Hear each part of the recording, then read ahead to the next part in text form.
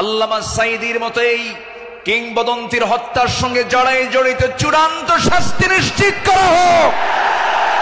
এ মতের পক্ষে রাজি আছেন কারা কারা? হাত উঁচু করে দেখান মুসলমান।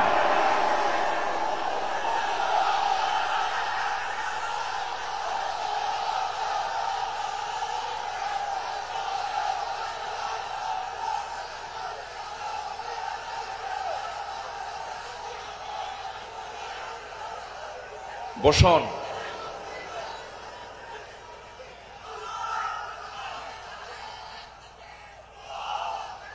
বসুন। সম্মানিত ভাইয়েরা, আজকের এই তাফসীর মাহফিলে তার নাম,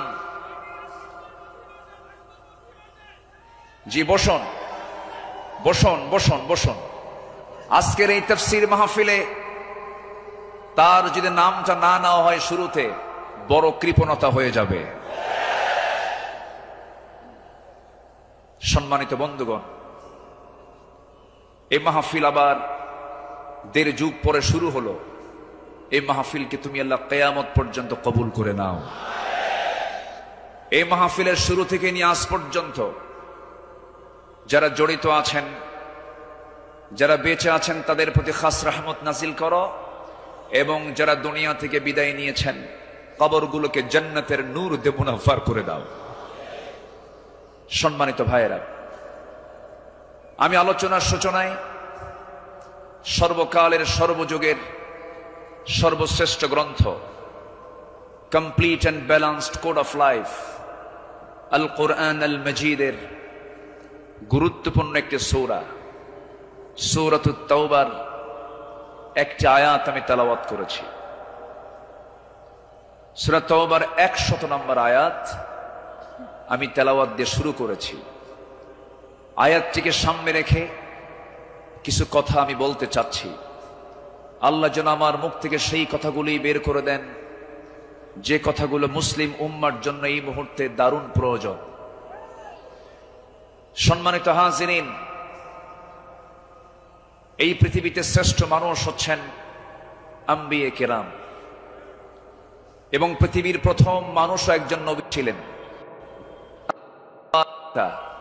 সাইয়্যিদানা আদম আলাইহিস সালাতু ওয়াস সালাম।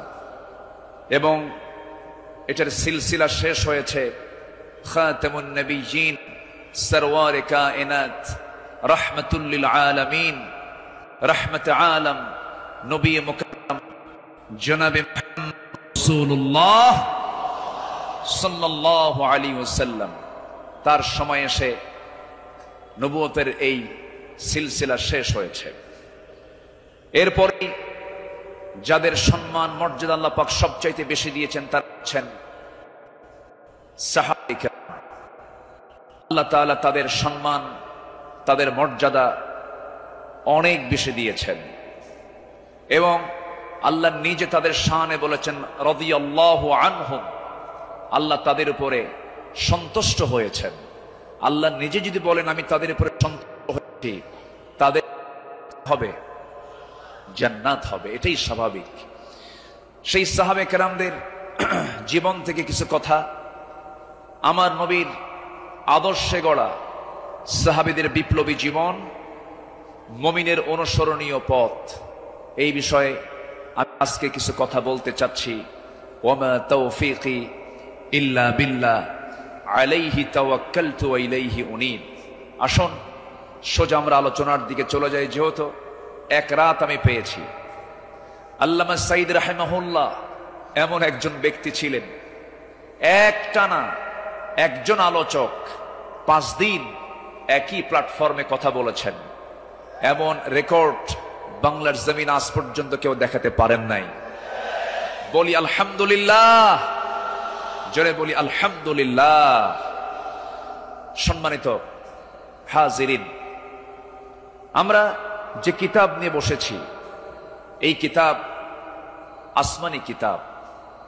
পৃথিবীর সকল কিতাব হলো দুনিয়ার, আর এই কিতাব হলো আসমানি, স্বতন্ত্র একটি কিতাব। আল্লাহ রাব্বুল আলামিন তার কালামে তার পরিচয় দিয়ে অনেক সূরার সামনে আগে এই কিতাবের সৌন্দর্য তুলে ধরেছেন, এই কিতাবের পরিচয় আগে তুলে ধরেছেন। যেমন কোরআন খোলার সঙ্গে সঙ্গেই আমরা পেয়ে যাই আমার রবের পরিচয়, আলহামদুলিল্লাহি রাব্বিল আলামিন। এরপরে আমরা যখন সেকেন্ড সূরাতে আসি তখন পেয়ে যাই এই কিতাবের পরিচয়, যালিকাল কিতাব লা রাইবা ফীহি। আবার আলে ইমরানে আসেন, এরকম পরিচয় পাওয়া যায়। সূরা ইয়াসিন, সূরা রহমান, সূরা ইউসুফ, অনেক সূরার শুরুতে আল্লাহ রাব্বুল আলামিন আগে এই কিতাবের সৌন্দর্য তুলে ধরেছেন।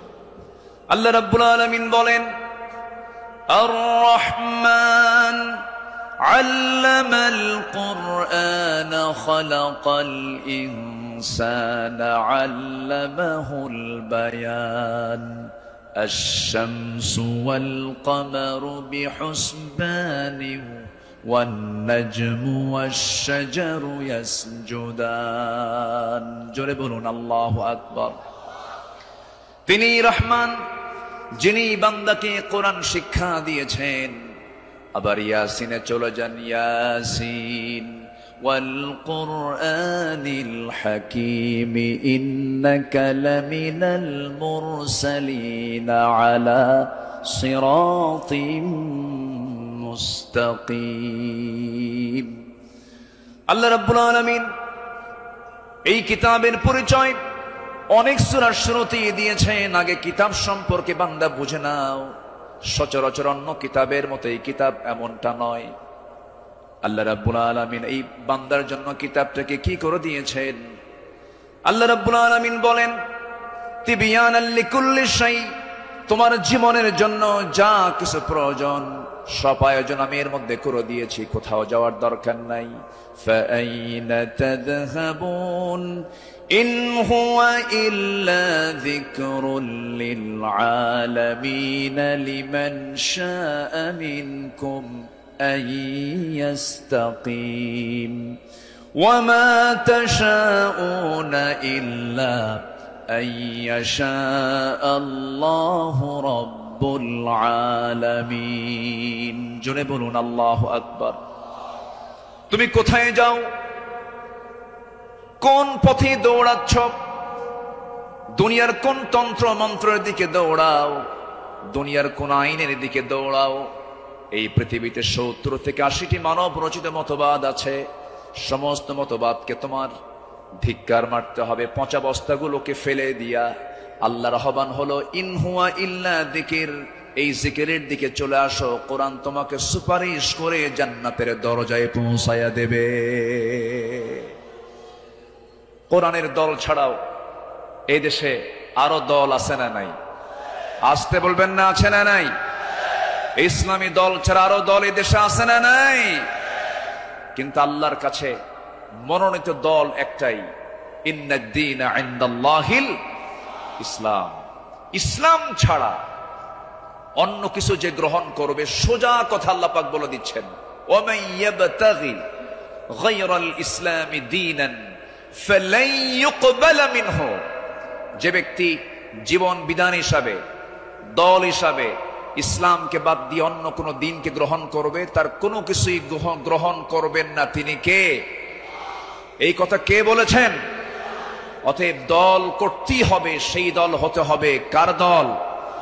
আসতে বলবেন না, কার দল?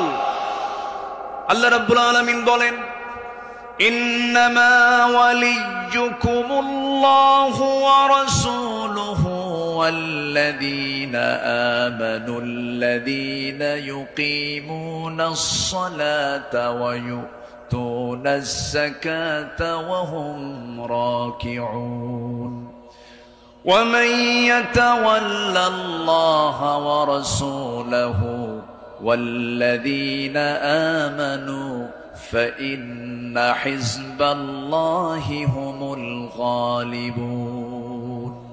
যারা আল্লাহর দল করবে তারাই বিজয়ী হবে। ঘোষণাকার, ঘোষণাকার আল্লাহ। ছাড় দেন কিন্তু ছেড়ে দেন না, ঠিক কিনা? ছাড় দেন কিন্তু ছেড়ে দেন না। দেখেন না, যাওয়ার রাস্তা পাইল না, শেষে ভাঙ্গা হেলিকপ্টারে বিদায় নিল, ঠিক কিনা? যুগে যুগে যারাই আসমানি কিতাব নিয়ে ষড়যন্ত্র করেছে, যুগে যুগে যারাই জগতের শ্রেষ্ঠ সন্তান আলেমদেরকে নিয়ে ষড়যন্ত্র করেছে, তাদের অবস্থায় ফিরআউনদের মতো হয়েছে, হামানদের মতো হয়েছে, নমরুদদের মতো হয়েছে। সম্মানিত ভাইরা, এই কোরআনকে আমরা মানব শুধু নামাজে না সমাজেও? এই কোরআনকে মানতে হবে এক জায়গায় না সব জায়গায়? সব জায়গায় মানব, জোরে বলি ইনশাআল্লাহ। এর মধ্যে কোনো তথ্য বাদ পড়েনি, সব তথ্য আল্লাহ পাক এর মধ্যে দিয়েছেন। মিন শাইইন ওয়ালা আসগরা মিন যালিকা ওয়ালা আকবারা ইল্লা ফি কিতাবিম মুবিন। এমন কোন ছোট বিষয় নাই যা বাদ পড়েছে, আবার এমন কোন বড় বিষয় নাই যা বাদ পড়েছে। সব বলে দিয়েছেন তিনি আমার কে? আল্লাহ পাক। আল্লাহ তাআলা একটা সূরা নাজিল করেছেন, সূরাতুন নাহল, মৌমাছি। শতকের উপর শতক, হাজারো গবেষণার পরে সর্বপ্রথম 1973 সালে অস্ট্রিয়ান একজন বিজ্ঞানী কার্ল ভন ফ্রিশ মৌমাছির জীবন চক্র নিয়ে গবেষণা করে তিনি নোবেল পুরস্কার পান। তিনি এই বিষয়ে একটা বইও লিখেছেন যার নাম হলো দ্য ড্যান্সিং বিজ। তিনি সর্বপ্রথম ফটোগ্রাফির মাধ্যমে প্রমাণ করে দেখিয়েছেন মূলত ফিমেল ওয়ার্কার বি, মধু সংগ্রহ এবং মৌচাক নির্মাণের মূল কর্মী তারা। অথচ মহান রব্বুল আলামিন আজ থেকে ১৫০০ বছর আগে এই নারী কর্মী মৌমাছির কথা জানিয়ে দিয়েছেন কোরআনে ১৫০০ বছর আগে। জোরে বলি সুবহানাল্লাহ। আল্লাহ রব্বুল আলামিন বলেন, وَأَوْحَى رَبُّكَ إِلَى النَّحْلِ أَنِ اتَّخِذِي مِنَ الْجِبَالِ بُيُوتًا وَمِنَ الشَّجَرِ وَمِمَّا يَعْرِشُونَ। জোরে বলুন আল্লাহু আকবার। আমার বন্ধুগণ, নাম্বার ২ হলো আল্লাহ রাব্বুল আলামিন এই মৌমাছি যে তথ্যগুলো দিয়েছেন সেই তথ্যের হালে এসে তারা বলতেছে, কিন্তু ১৫০০ বছর আগে আল্লাহ রাব্বুল আলামিন তা জানিয়ে দিয়েছেন। আল্লাহ রানী মৌমাছিকে, স্ত্রী মৌমাছিকে ওহী দিয়ে জানাচ্ছেন, তুমি পাহাড়ে, গাছে এবং তারা যে গৃহ নির্মাণ করে তাতে নিবাস তোমরা বানায় নাও। জোরে বলি সুবহানাল্লাহ। নাম্বার ২, তিনি প্রমাণ করেছেন যখন একটি কর্মী মৌমাছি নতুন ফুলের বাগান বা উদ্যান খুঁজে পায় তখন সে অন্য মৌমাছিদের সঠিক পথের দিক নির্দেশনা দেয়। কার্ল ভন ফ্রিচ এই নামের নাম দেন, এই নাচের নামটা দেন হচ্ছে ওয়াগল ড্যান্স, যা পৃথিবী জুড়ে সাড়া ফেলে। অথচ এই তথ্য কোরআনের কাছে অনেক পুরাতন। মহান আল্লাহ তাআলা ১৫০০ বছর আগে এটাও জানিয়ে দিয়েছেন। জোরে বলি সুবহানাল্লাহ। আল্লাহ রাব্বুল আলামিন বলেন, সুম্মা কুলি মিন কুল্লি সামারাতি ফাসলুকি সুবুলা রাব্বিকা যুলুলা। জোরে বলুন আল্লাহু আকবার। তুমি প্রত্যেক ফল থেকে আহার করো এবং তুমি আমার রবের সহজ পথে চলো। আল্লাহু আকবার। বিজ্ঞান হালে বলছে, কোরআন ১৫০০ বছর আগে বলছে। তাহলে এখন বলুন, বিজ্ঞান কোরআন বিজ্ঞান থেকে নিয়েছে না বিজ্ঞান কোরআন থেকে ধার করেছে? বিজ্ঞান কোরআন থেকে ধার করেছে। এখানে শেষ নয়। নাম্বার ৩, বর্তমান সময়ে বিজ্ঞানীরা নিখুঁত গবেষণার মাধ্যমে প্রমাণ করেছেন আসলে মধু বের হয় মৌমাছির পেট থেকে, মৌমাছির পেট থেকে। এই আশ্চর্য তথ্যটিও মহান রব্বুল আলামিন ১৫০০ বছর আগেই জানিয়ে দিয়েছেন। সুবহানাল্লাহ। আল্লাহ রব্বুল আলামিন বলেন, ইয়াখরুজু মিন বুতুনিহা শারাবুম মুখতালিফুন আলওয়ানুহু ফীহি শিফাউন লিন-নাস ইন্না ফী যালিকা লাআয়াতান লিকাওমিন ইয়াতাফাক্কারুন। জোরে বলুন আল্লাহু আকবার। তার পেট থেকে এমন পানীয় বের হয় যা রং ভিন্ন ভিন্ন, যাতে রয়েছে মানুষের জন্য রোগ নিরাময়। নিশ্চয় এতে নিদর্শন রয়েছে সেই কওমের জন্য যারা চিন্তা করে। জোরে বলি সুবহানাল্লাহ। আল্লাহ তাআলার কি একটা ফার্মাসিউটিক্যাল কোম্পানি, কি বিশাল বড় একটা ফ্যাক্টরি আল্লাহ পাক মৌমাছিকে এই দায়িত্ব দিয়ে দিয়েছে।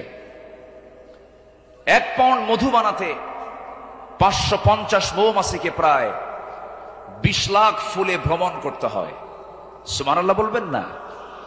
সেখানে একটা কর্মী মৌমাছিকে 80,000 কিলোমিটার পথ অতিক্রম করতে হয়।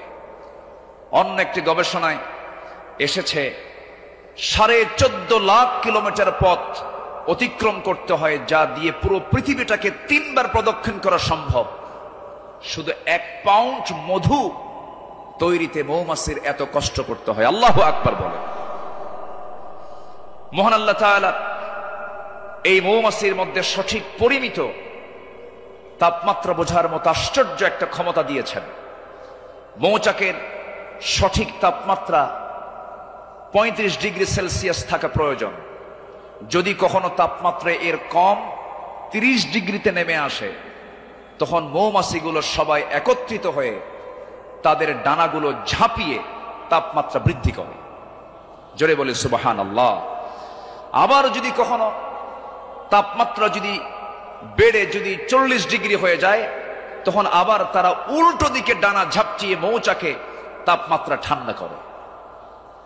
তখন আবারও 35 ডিগ্রি তাপমাত্রায় নিচে স্বাভাবিক হয়ে যায়, নিচে নেমে আসে। এগুলো কার কুদরত? আসতে বলবেন না, কার কুদরত? আল্লাহর কুদরত। সম্মানিত ভাইয়েরা, আল্লাহ রাব্বুল আলামিন এই কিতাবের ভিতরে হাদিদ নামে, লোহা নামে একটা সূরা নাজিল করেছেন। সূরার নাম কি? হাদিদ, লোহা। লোহা ছাড়া কিছুই হয় না।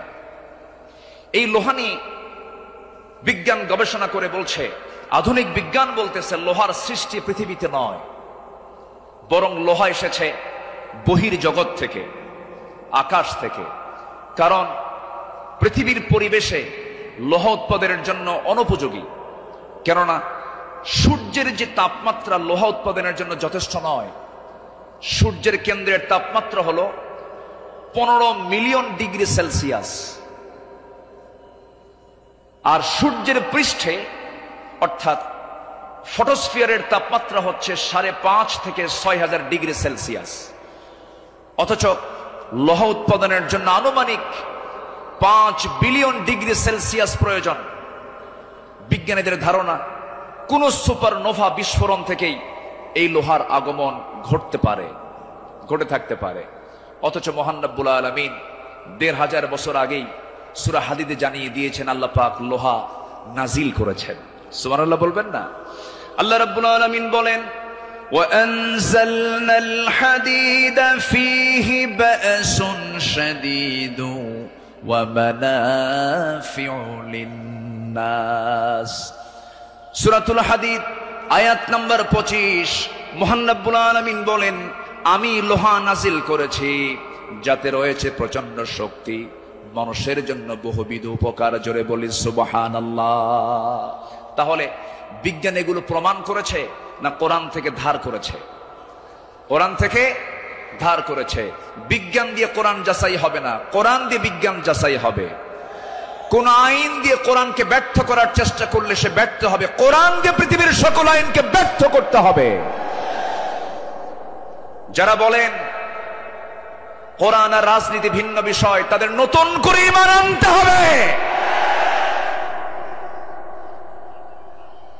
কোরআন হচ্ছে আইন এবং প্রশাসনের চলন্ত বিশ্বকোষ। এটা দিয়েই নামাজ যেমন চলতে পারে, সমাজও চলতে পারে। কোরআন দিয়ে ক্যান্টনমেন্ট চলবে, কোরআন দিয়ে প্রশাসন চলবে। কোরআন দিয়ে চলতে পারে না এমন কোন প্ল্যাটফর্ম নেই, কোরআন দিয়ে সব চলবে, এটাই স্বাভাবিক। এই বিশ্বাস যার আছে তার ঈমান আছে। এই বিশ্বাস যার নাই তার ঈমান নাই নাই নাই।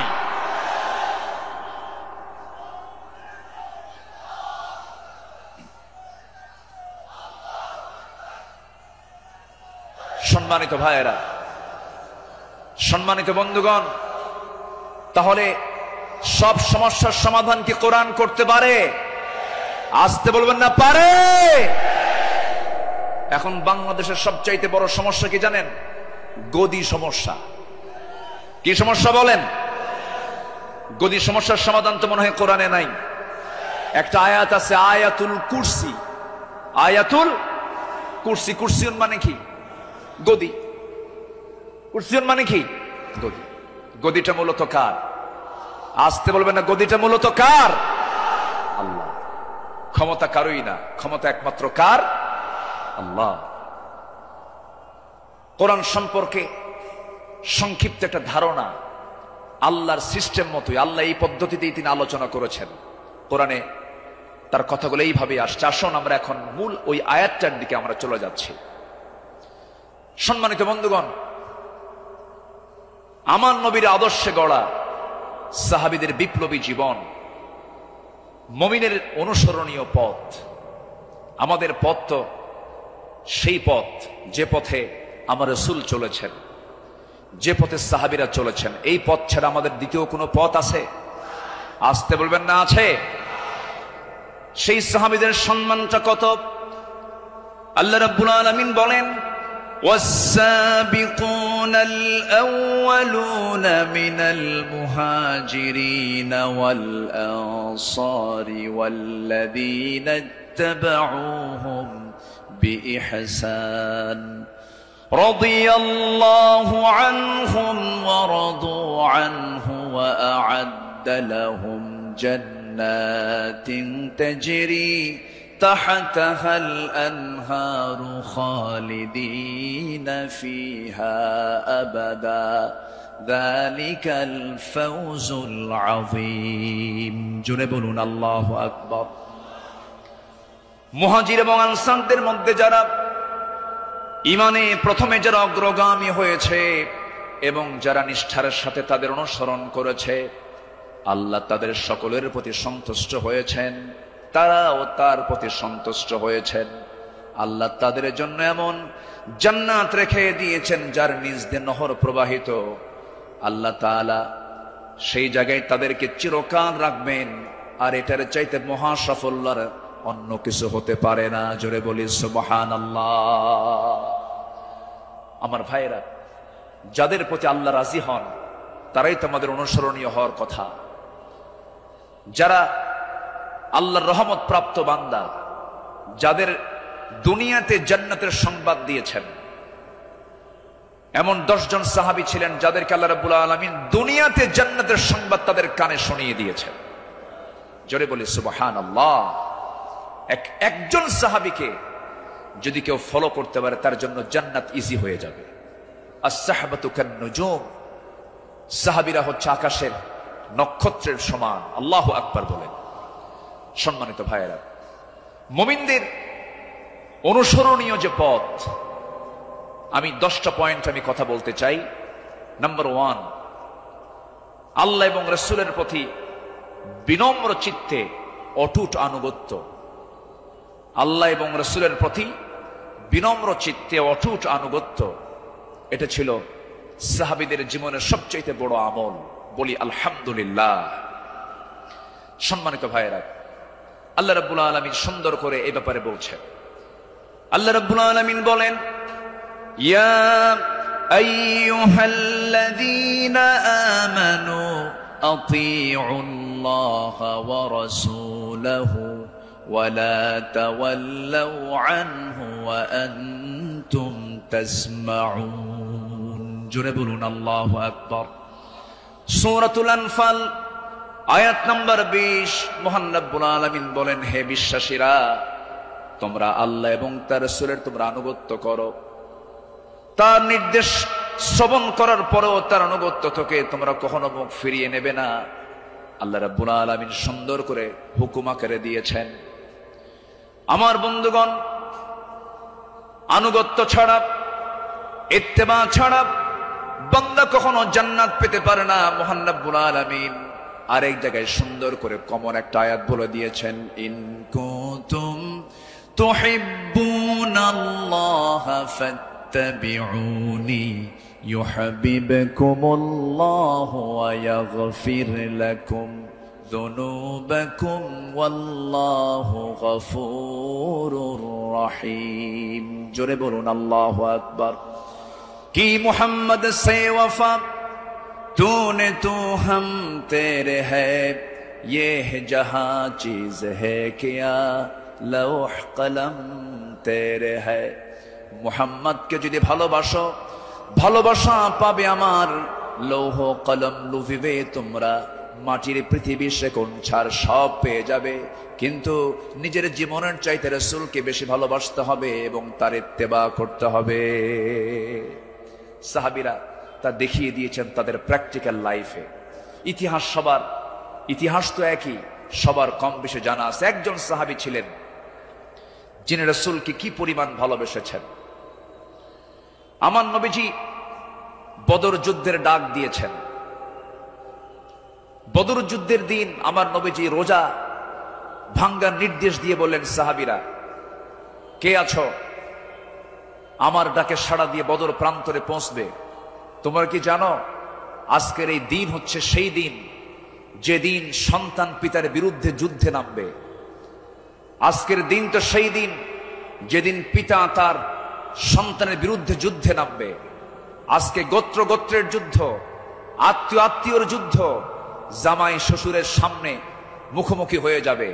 তোমরা কি পারবে আজকের এই যুদ্ধের ময়দানে আমার আনুগত্যের মধ্য দিয়ে বাতিলদের মোকাবেলা করতে?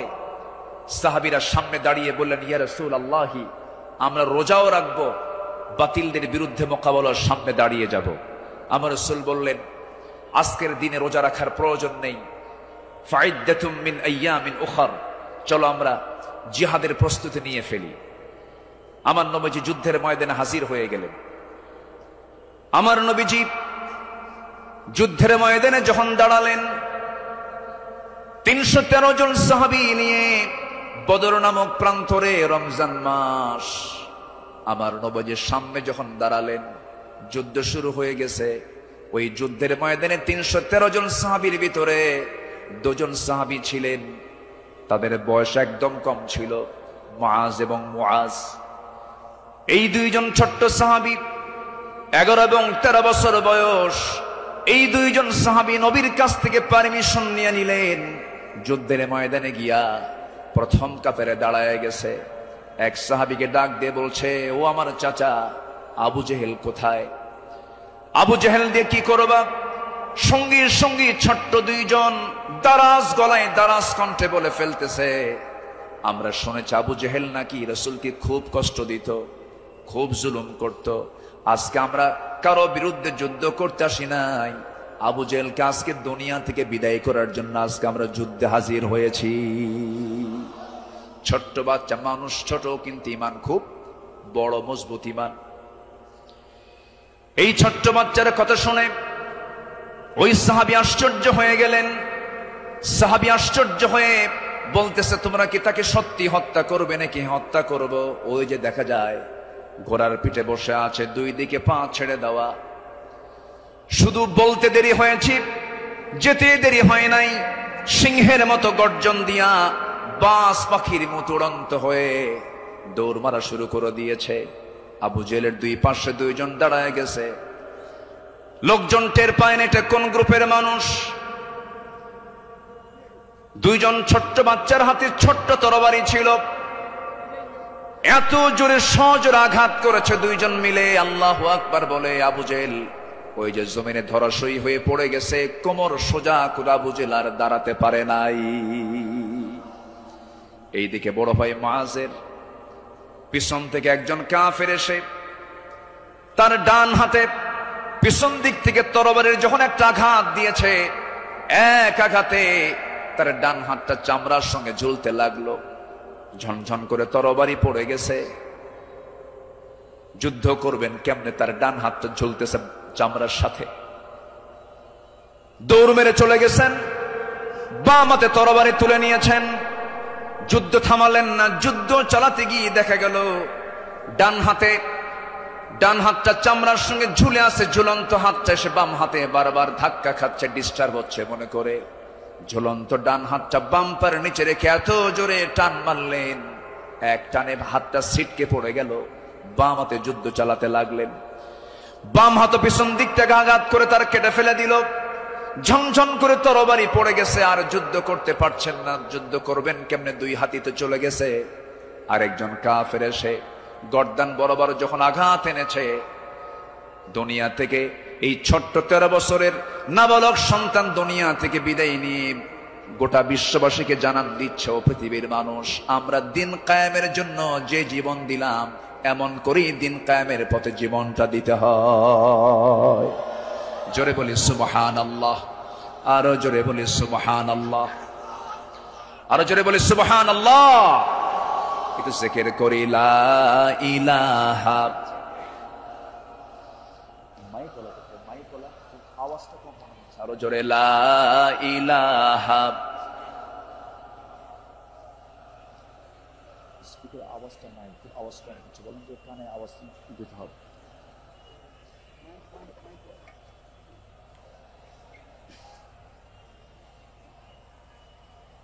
আওয়াজটা বাড়াও, আওয়াজটা দাও, আওয়াজ কমে গেছে। আরো জোরে লা ইলাহা, আরো জোরে লা ইলাহা, লা ইলাহা, লা ইলাহা ইল্লাল্লাহু মুহাম্মাদুর রাসূলুল্লাহ সাল্লাল্লাহু আলাইহি ওয়াসাল্লাম। আমার বন্ধুগণ, আমার নবীজি আল্লাহর পথে যত হাজারো বিপদ এসেছে, বিনম্র চিত্তে অটুট আনুগত্য আমার নবীজি আল্লাহর করেছেন। তার বড় একটা প্রমাণ হলো, একটু শুনুন, কান লাগায়া। কতগুলো শুনেছি, বারবার শোনার প্রয়োজন আছে। নবীজি তার জীবনের সবচাইতে বেশি মার খেয়েছেন দুই জায়গায়। একটা হলো তায়েফের ময়দান, আরেকটা হচ্ছে উহুদের ময়দান। তায়েফের ময়দানের আঘাতটা আমার নবীজির যে পরিমাণ লেগেছিল, মাথা থেকে পা পর্যন্ত ক্ষত বিক্ষত হয়ে পড়েছিল। এমন কোন জায়গা নাই যে জায়গায় নবীজির দাগ ছিল না। উহুদের ময়দানে তিনি দাঁত হারিয়েছেন। খন্দকের পরীক্ষা খনন করতে গিয়ে তিনি তার কোমর হারিয়েছেন। যখন পরীক্ষা খনন করতে গেছেন, 4 দিনের না খাওয়া রাসূল পরীক্ষা খনন করতে গিয়ে ওই যে কোমর কুঁজো হয়ে গিয়েছিল, মৃত্যুর দিন পর্যন্ত আমার নবীজি কোমর সোজা করে দাঁড়াতে পারেন নাই। এত বড় কঠিন মুসিবতের সম্মুখীন আমার নবীজি হয়েছেন। সবচেয়ে কঠিন টাইম চলে গেছে হলো তায়েফের ময়দানে। বুক ভরা আশা নিয়ে কালেমার দাওয়াত দিতে গেছেন, কিন্তু সেই জায়গায় গিয়ে আমার নবীজি ফুল পেয়েছেন না পাথর পেয়েছেন? ফুল পেয়েছেন না পাথর পেয়েছেন? পাথর পেয়েছেন। কিন্তু আমার নবীজি রক্তাক্ত অবস্থায় পড়ে থাকলেন। জুতার তলার সঙ্গে পায়ের তলার জমাট বেঁধে গেছে। নবীজি দাঁড়াতে পারছেন না, সেন্সলেস হয়ে পড়েছিলেন। কিন্তু যখন হোশটা ফিরে আসলো, মালাকুল জিবাল এসে নবীকে লক্ষ্য করে বলছেন, ইয়া রাসূলুল্লাহ, 2 দিকের পাহাড় দিয়ে চাপা দিয়ে এদেরকে আমি শেষ করে দিই, আপনি শুধু অর্ডার করেন। জবাবে আমার রাসূল বললেন, লা বাল আরজু আন ইউখরিজাল্লাহ মিন আসলাবিহিম মান ইয়াবুদুল্লাহ ওয়াহদাহু লা ইউশরিকা বিহি শাইআন। সহিহ মুসলিমের হাদিস এসেছে, রাসূল বললেন, না না ও ফেরেশতা, এদেরকে চাপা দিয়ে মেরো না। আমি আশা করি এদের ঔরস থেকে যে সন্তান জন্ম নেবে তারা আল্লাহর ইবাদত করবে। জোরে বলি সুবহানাল্লাহ। রাসূল তাদেরকে মাফ করে দিয়েছেন। আমার বন্ধুগণ, আমার নবীজি আনুগত্য কাকে বলে আল্লাহ রাসূল তা শিখিয়ে দিয়েছেন, সাহাবাদের জীবনে তা শিখিয়ে দিয়েছেন। সাহাবে কেরাম রাসূলকে জীবন দিয়ে ভালোবেসেছেন। মিকদাদ রাদিয়াল্লাহু তাআলা আনহু রাসূলকে সামনে দাঁড় করিয়ে বলছেন, ইয়া রাসূলুল্লাহি ওয়াল্লাহি ইয়া রাসূলুল্লাহ লা নাকুলু কামা ক্বালাত বানু ইসরাঈল লিমূসা ফাযহাব আনতা ওয়া রাব্বুকা ফাকাতিলা ইন্না হাহুনা কাঈদুন ওয়ালাকিন্নানা নুকাতিলু আন ইয়ামিনিক ওয়া আন ইয়াসারিক ওয়া মিন বাইনি ইয়াদাইক ওয়া মিন খালফিক। জোরে বলি আল্লাহু আকবার। হে রাসূল, আমাদের কেমন পাবেন না? যেমন করে মুসার উম্মত মুসাকে বলেছেন, এমন করে আমরা তা বলবো না। আপনাকে বলবো, আমরা আপনার ডান থেকে বাম থেকে সামনে থেকে পিছন থেকে যখন ডাক দিবেন বাতিল শক্তির মোকাবেলায় ঝাঁপ দিয়ে পড়বো। জোরে বলি আল্লাহু আকবার। আমার নবীর চেহারায় আনন্দের ঝলকানি প্রকাশ পেল। সাহাবীরা আমার নবীর চতুর্পার্শ্বে সবসময় ছায়া দিয়ে রেখেছেন। জীবনের চাইতে তারা রাসূলকে বেশি ভালোবেসেছেন। আনুগত্য কাকে বলে? এই পৃথিবীতে প্রধান কাতারে যারা ছিলেন তারা হচ্ছেন সাহাবায়ে কেরাম। সাদ ইবনে মুআজ রাদিয়াল্লাহু তাআলা আনহু বদর যুদ্ধের দিন মৃত্যুর ভয় না করে নবীর আনুগত্যে দাঁড়িয়ে দীপ্ত কণ্ঠে বলেছিলেন, ফাওয়াল্লাযী বাআসাকা বিল হক লাউ ইসতা'রাদতু বিনা হাযাল বাহরা ফাকুদতাহু লাখুদনাহু মা'আক। সেই সত্যের কসম যিনি আপনাকে সত্য সহ প্রেরণ করেছেন, যদি আপনি আমাদেরকে আজকে সমুদ্রের দিকে অগ্রসর হতে বলেন তাতেও প্রবেশ করেন, আমরা সাথে সাথে আপনার অনুসরণ করে আমরাও সমুদ্র বক্ষে ঝাঁপ দেব, কোনো পরোয়া করব না। জোরে বলি আল্লাহু আকবার। আমার বন্ধুগণ, নাম্বার 2 আমরা চলে আসি দান এবং দানশীলতায় রাসূলের আদর্শ এবং সাহাবীদের অনুসরণ। আমার নবীজির দান, তার যে দানশীলতার ব্যাপারে হাদিস এসেছে, তিনি প্রবাহিত বাতাসের মতো দান করতেন।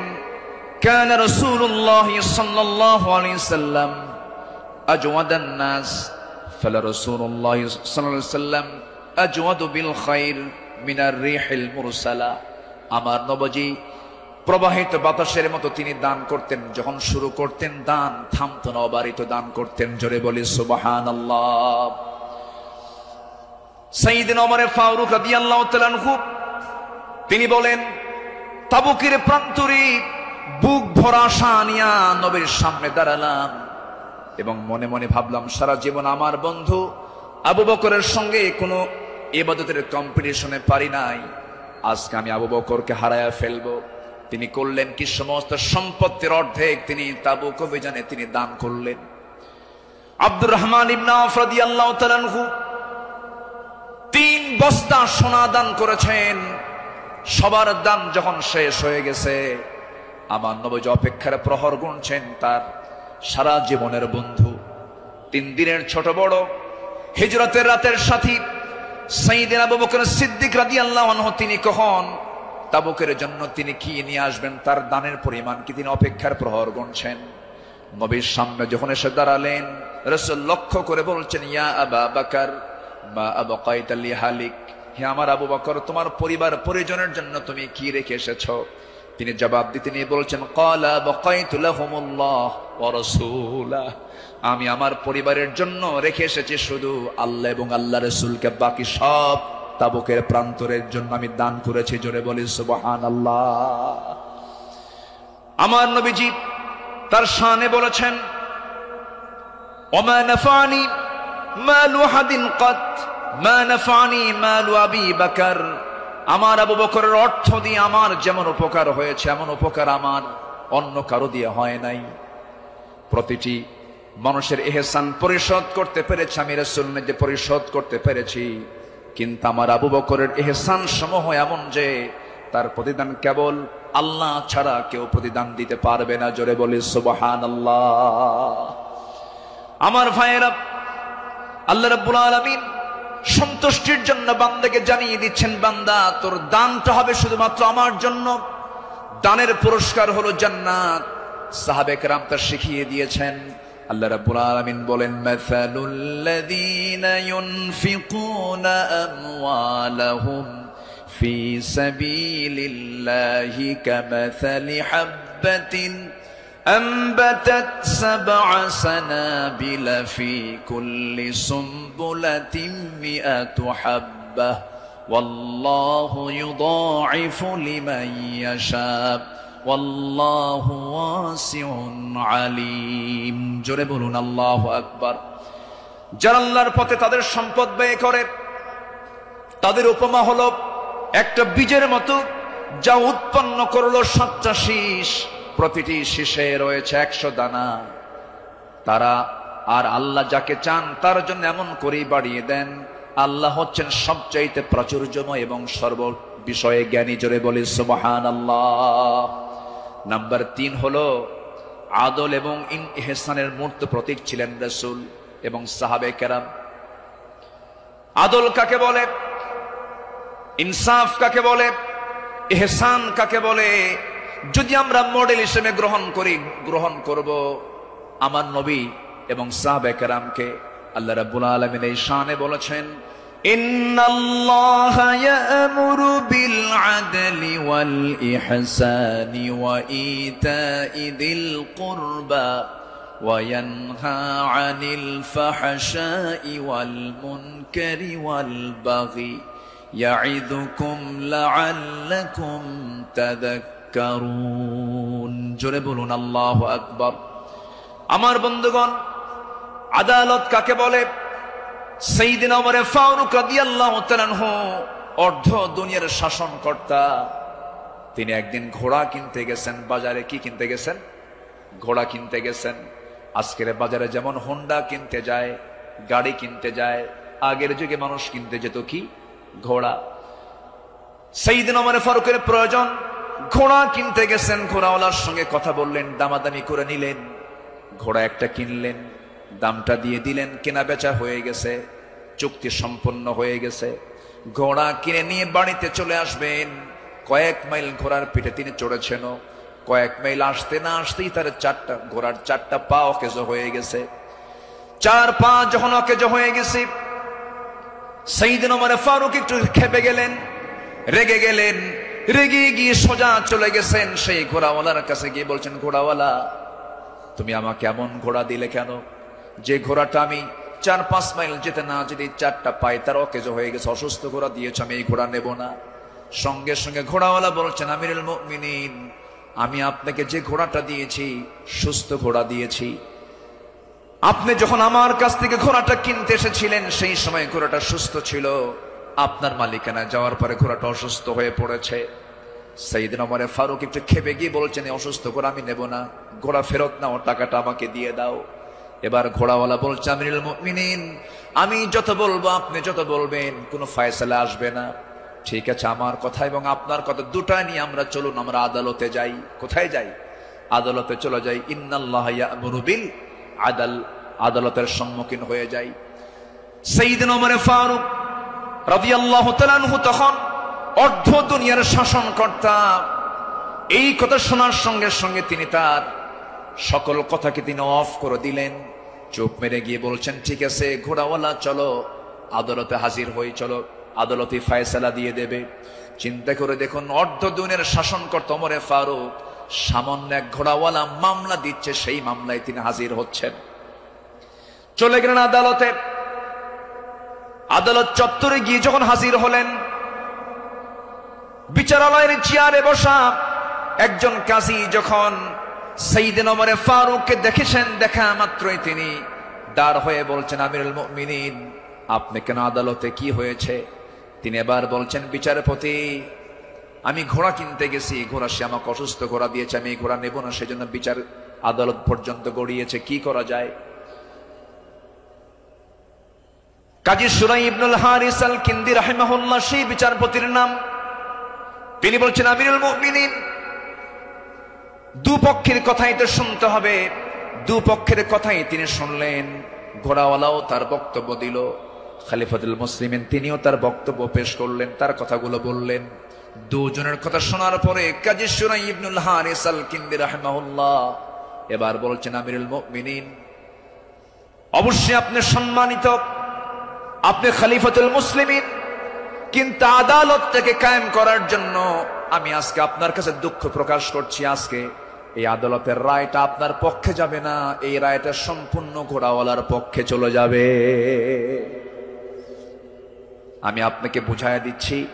এবার তিনি বলছেন, আমিরুল মুমিনিন, আপনি আমার সামনে যে কথা বলছেন, আপনি এই জায়গা থেকে সুস্থ অবস্থায় বাড়ি পর্যন্ত ফিরবেন তার কোনো গ্যারান্টি আছে নাকি? না, গ্যারান্টি নাই। তাই যদি হয় যে ঘোড়াটা আপনি কিনে নিয়েছেন সেই ঘোড়াটা সুস্থ অবস্থায় কিনেছেন, আপনার মালিকানায় যাওয়ার পরে ঘোড়াটা অসুস্থ হতেই পারে, অসুস্থ হয়ে গেছে, কিন্তু সেই ঘোড়াটা ফেরত দিয়া আপনার টাকা ফেরত নেবেন এমনটা তো ইসলাম এলাও করে না। সাইয়েদনা ওমর ফারুক রাদিয়াল্লাহু তাআলা আনহু একটা কথাও বললেন না। আদালত চত্বর থেকে তিনি বের হয়ে গেলেন। পরের দিন তিনি মাজলিসে শুরার বৈঠকে বসলেন, সবাইকে জানান দিলেন যে আমার সমস্ত উপস্থিত সমস্ত পরামর্শ সভার সদস্যবৃন্দ, গতকালকে আমি একজন বিচারপতি পেয়েছি, এত বড় আদিল মানুষ আমি দেখি নাই। এত বড় আদিল, ইমামুন আদিল, এত সুন্দর রায় সে দিয়েছে, তার এত বড় সাহস। সে ব্যক্তির দিকে তাকায় নাই, সে আইনের দিকে তাকাইছে, আদালতের দিকে তাকাইছে। আমি ওমর আমার বিরুদ্ধে সে রায় দিয়েছে, এই লোকটাকে সাধারণ বিচারপতি না বানায় তাকে কেন্দ্রীয় বিচারপতি বানায় দিলাম। আল্লাহু আকবার বলেন। সম্মানিত ভাইয়েরা, সম্মানিত বন্ধুগণ, বিগত 16 বছর যে বিচারগুলো হয়েছে, প্রহসনের বিচার হয়েছে। অনেক মার কোল তারা শূন্য করেছে, অনেক আল্লাহর গোলামের উপরে তারা জুলুম করেছে। 2018 সালে হঠাৎ করে আমার বাড়ি চতুর্দিক থেকে কয়েকশো পুলিশ আমার বাড়ি ঘেরাও করে আমাকে ধরতে গেছে। বিশাল বড় সন্ত্রাসী তো, ধরতে গেছে। তো বললাম, ভাই কি সমস্যা কি, চলেন থানায় যেতে হবে।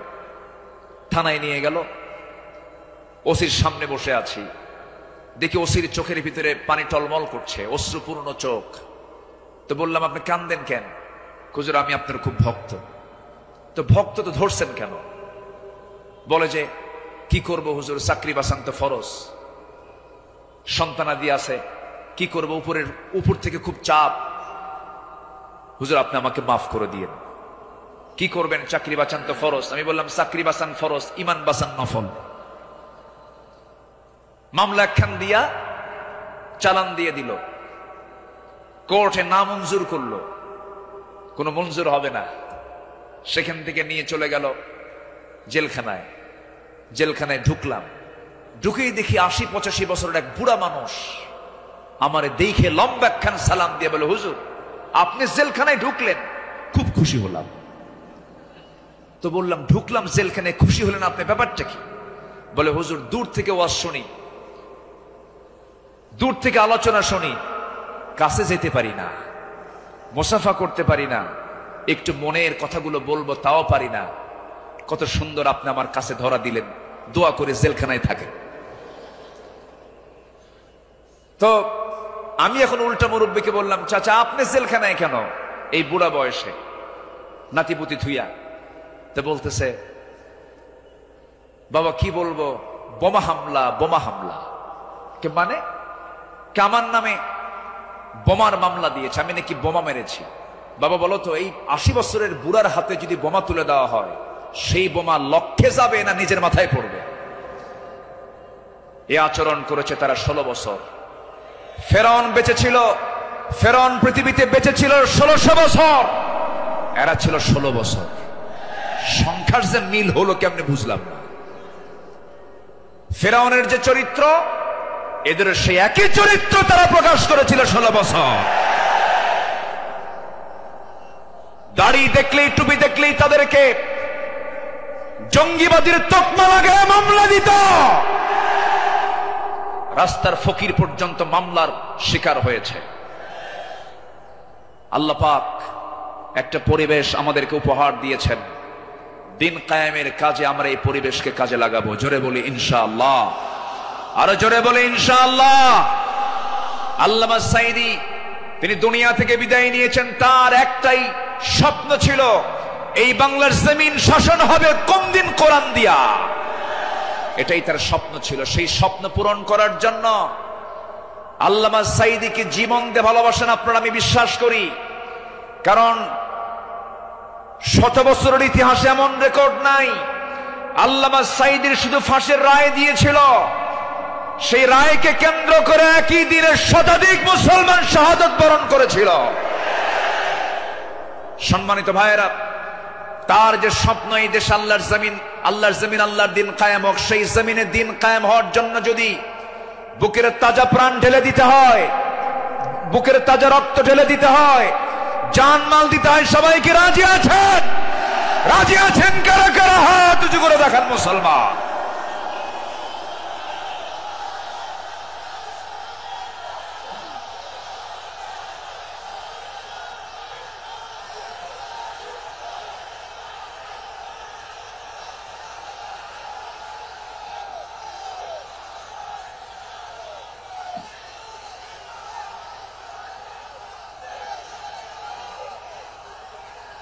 আল্লাহ কবুল করুন, জোরে বলি আমিন, আরো জোরে আমিন। হাত নামান, বসুন। আমি তো দাঁড়াতে বলি নাই, আপনি দাঁড়ালেন কেন? যে বসে পড়ুন। আমি কি আলোচনা চালাবো? আলোচনা চালাবো। আমার নির্দিষ্ট সময় কিন্তু শেষের দিকে প্রায়। আমি কি আলোচনা চালিয়ে যাব? সবাইকে আমাকে সময় দিবেন? জোরে বলি ইনশাআল্লাহ, আরো জোরে বলি ইনশাআল্লাহ। সম্মানিত ভাইয়েরা, তাদের আদালতটা কি ছিল? সাইয়েদনা ওমর ফারুক রাদিয়াল্লাহু তাআলা আনহু একদিন কোন এক বাজার দিয়ে যাচ্ছিলেন। হঠাৎ করে কোন এক সাহাবীর গায়ে হাতে ছিল ছোট্ট ছড়ি, লাঠি ছিল, লাঠি দিয়ে ঘুতা মেরেছেন। মজা করে একটা ঘুতা মারলেন। সেই সাহাবীও কিছু মনে করেন নাই।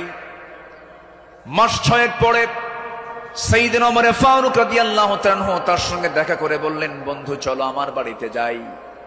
বাড়িতে নিয়ে গেলেন, হাতটা ধরে ক্ষমা চেয়ে বললেন, শোনো আমার ভাইজান, অমুক দিন তোমার শরীরে একটু মজা করে একটু তরবারি কি বলে হাতের ছড়ি দিয়ে লাঠি দিয়ে একটু আঘাত করেছিলাম, কষ্ট পেলে আমাকে মাফ করে দিও। এই যে তোমার হাতে 600 দিরহাম দিয়ে দিলাম, তুমি আল্লাহর ঘর কাবা জিয়ারা করে আসবে। জবাবে সেই সাহাবী বলছেন, আমিরুল মুমিনিন, আপনি আমাকে যে আঘাত করেছেন এটা তো আমার মনেই নাই।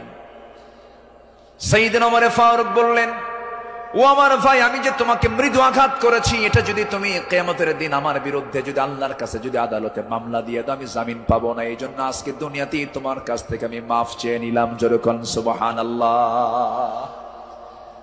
সাইয়েদনা ওমর ফারুক রাদিয়াল্লাহু তাআলা আনহু এক বোতল মধু এনেছেন, রাষ্ট্রের মধু। সেই মধুগুলো নিয়ে এসে বাড়িতে স্ত্রীর সামনে দাঁড়িয়ে বলছেন, স্ত্রী, মধুগুলো আনলাম। এই মধু শুধু আমাদের ঘরের জন্য নয়, আমার প্রতিবেশী আরো 4 ঘর সহ আমার ঘর মোট 5টা ভাগ হবে। তোমাকে দায়িত্ব দিলাম, এই মধুটা ভাগ করো। স্ত্রীকে মধু ভাগের দায়িত্ব দিই। সময় যেতে না যেতেই একটু পরেই তিনি বলছেন, স্ত্রী মন খারাপ করো না, আমি তোমাকে মধুভাগের দায়িত্ব দেব না। মধুর বোতলটা নিয়ে নিলেন, আস্তে করে প্রতিবেশীর ঘরে চলে গেলেন। প্রতিবেশীকে ডাক দিয়ে বলছেন, প্রতিবেশী, যে মধুর বোতলটা তোমাকে দিলাম সমান 5 ভাগে ভাগ করবে, একটা ভাগ তুমি আমাকে দিবে, বাকি 4 ভাগ তোমরা সব ভাগ করে নেবে। তিনি তার অংশের মধুটা নিয়ে আসলেন, নিয়ে সেই স্ত্রীর সামনে দাঁড়িয়ে বলছেন, আমার স্ত্রী, আল্লাহর কসম করে বলি, আমি তোমাকে সন্দেহ করিনি, আমি তোমাকে ভালোবাসি।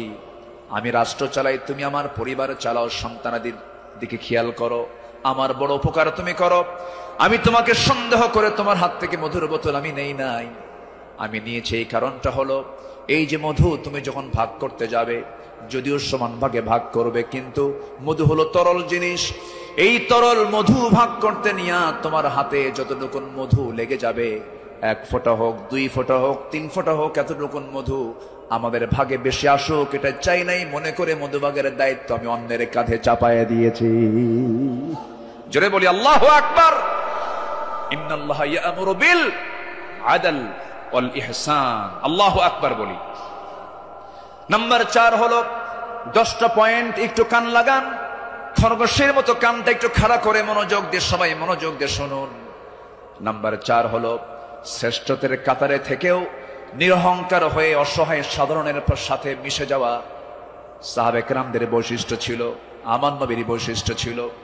আল্লাহ রাব্বুল আলামিন অর্ডার করেছেন, ওয়াখফিদ জানাহাকা লিমান ইত্তাবা'আকা মিনাল মুমিনিন।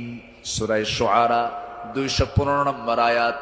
মুমিনদের মধ্যে যারা তোমার অনুসরণ করে তাদের প্রতি তোমার বাহুকে অবনত করো, তাদের জন্য তুমি সুন্দর করে তাদের পাশে দাঁড়িয়ে যাও, দিলটা নরম করে তাদের সঙ্গে কথা বলো। জোরে বলি সুবহানাল্লাহ।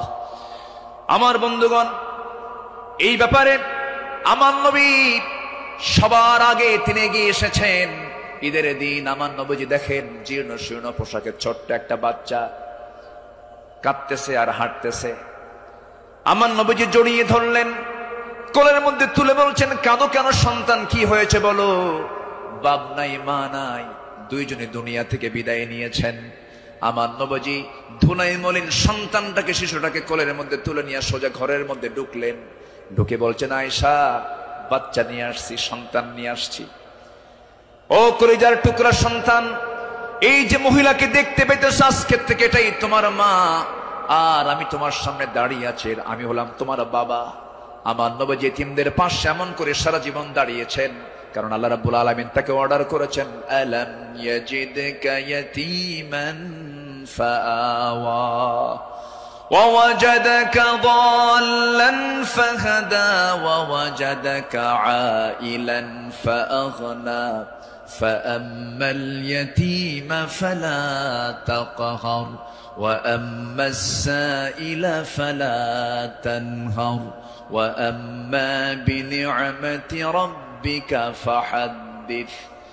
আমার বন্ধুগণ, সাইয়েদনা আবু বকর সিদ্দিক রাদিয়াল্লাহু আনহুর খেলাফত আমল চলছিল। সাইয়েদনা আবু বকর রাদিয়াল্লাহু তাআলা আনহু সেই সময় যখন তিনি খেলাফত পেলেন, নতুন যখন তিনি দায়িত্ব পেলেন, খেলাফত গ্রহণ যখন তিনি করলেন, নতুন খলিফা হয়েছেন, এই খেলাফতের সংবাদ পেয়ে অনেকে আনন্দ প্রকাশ করছে।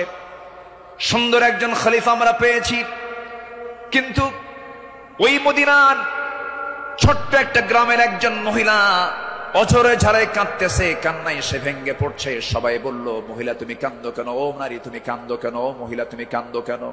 কান্নার হেতুটা কি? সঙ্গে সঙ্গে মহিলা বলতেছে, কান্নার কারণ হলো এমন একজন ব্যক্তি খেলাফতের দায়িত্ব পেয়েছে, যে লোকটা আমার বাড়ির প্রত্যেকদিন ছাগলটা দহন করে যেত, ছাগলের দুধটা দহন করত। আজকে সে খেলাফতের দায়িত্ব পেল, কিন্তু আমার এই ছাগলের দুধটা দহন করার মতো লোক আর আমি পাবো না, এই জন্য আমি কান্দি।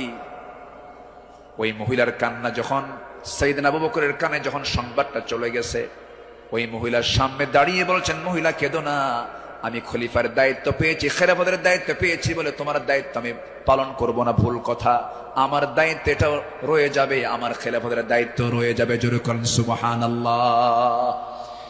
ইবনে আসাকার বলেন, সিরাত গ্রন্থে এসেছে, সাইয়েদনা আবু বকর সিদ্দিক রাদিয়াল্লাহু তাআলা আনহু একটা গ্রাম ছিল, একটা পল্লী ছিল, ছোট্ট একটা মহল্লা ছিল। ওই মহল্লার প্রত্যেক ঘরে ঘরে গিয়ে সাইয়েদনা আবু বকর প্রত্যেক ঘরের ছাগলগুলোর দুধ তিনি দহন করে দিয়ে আসতেন। যেরকম সুবহানাল্লাহ, আরো জোরে বলে সুবহানাল্লাহ। শ্রেষ্ঠত্বের কাতারে থেকেও নিরহংকারী হয়ে তারা জনগণের খাদেম ছিলেন, জনগণের খেদমত তারা করেছেন। রাতের বেলা একদিন তিনি খালি পায়ে হাঁটতেছেন। কি পায়ে বলেন? খালি পায়ে হাঁটতেছেন। সাইয়েদনা ওমর ফারুক দেখে বলছেন, আমিরুল মুমিনিন, আপনি খালি পায়ে হাঁটেন কেন? পাথরের আঘাতে আপনার চামড়া ফেটে তো রক্ত বের হয়ে যাবে, আপনি আহত হয়ে পড়বেন, রক্তাক্ত হয়ে যাবেন। তিনি বলছেন, ভাই ওমর, এই রাতের গভীর রাত্রিতে, গভীর নিশীথে আমি যদি জুতা পায়ে হাঁটতে যাই, পাথরের সাথে জুতার একটা আঘাত লাগবে, একটা শব্দ সৃষ্টি হয়ে যাবে। এই শব্দে যদি আমার নাগরিকের যদি ঘুমের ব্যাঘাত হয়, কিয়ামতের দিন আমাকে তার জন্য আসামির কাঠ গড়ায় দাঁড়াতে হবে। জোরে বলি আল্লাহু আকবার। ঢাকা থেকে নেতা আসিতেছেন চট্টগ্রাম, ঢাকা চট্টগ্রামের রোড 4 ঘন্টা বন্ধ। এমন নেতৃত্ব আমরা চাই না।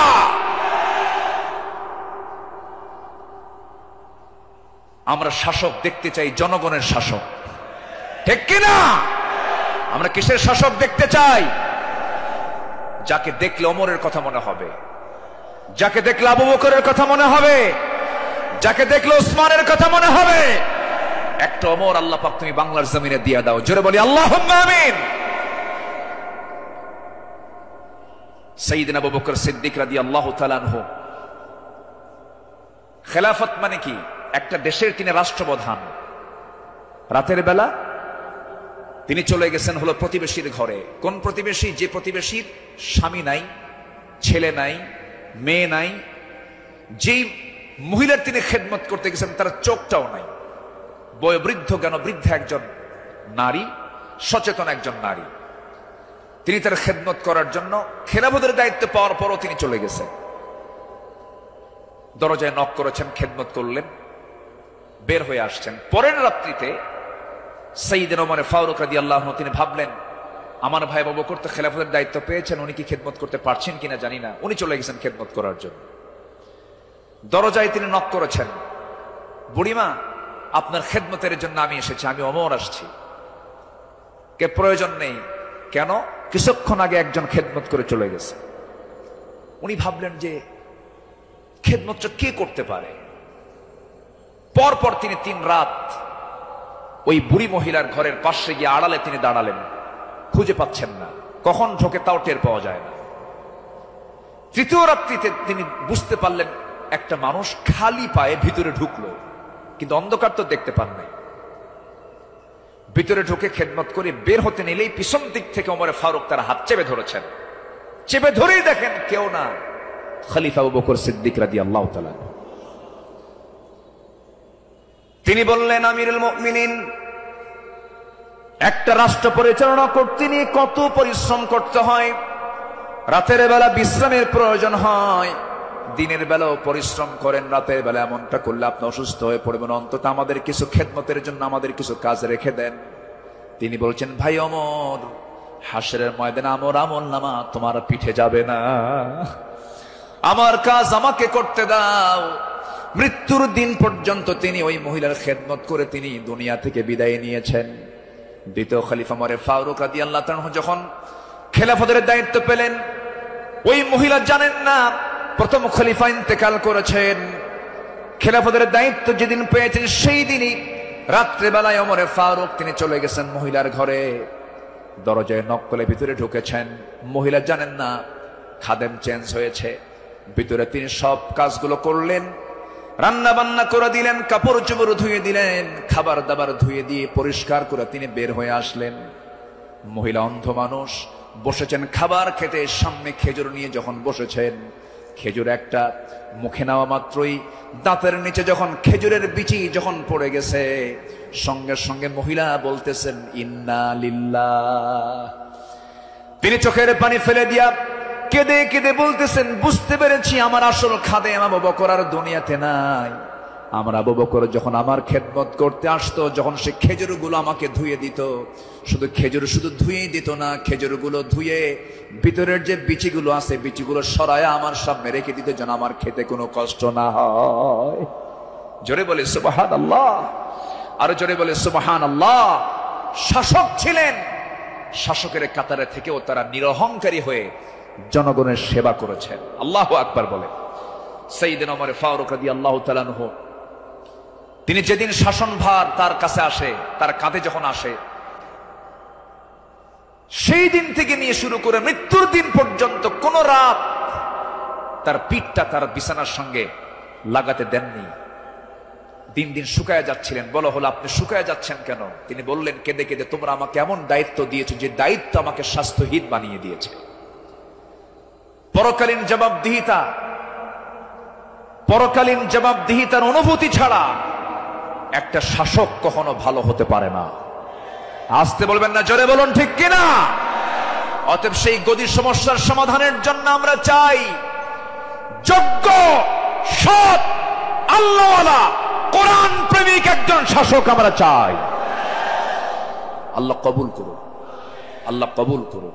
এই কথাটা কেন বললাম? কারণ এখন যে সরকারটা আছে, এটা কি স্থায়ী না অস্থায়ী? এজন্য আলোচনার মধ্যে এই ফাঁকে এই কথাটা একটু বলে ফেললাম। সম্মানিত ভাইয়েরা, আমার সময় তো ফুরে যাচ্ছে, আমাকে শেষ করতে হবে। শেষ কি করে দেব? আলোচনা চলুক, হুজুর মরুক। জি, জোরে বলি ইনশাআল্লাহ।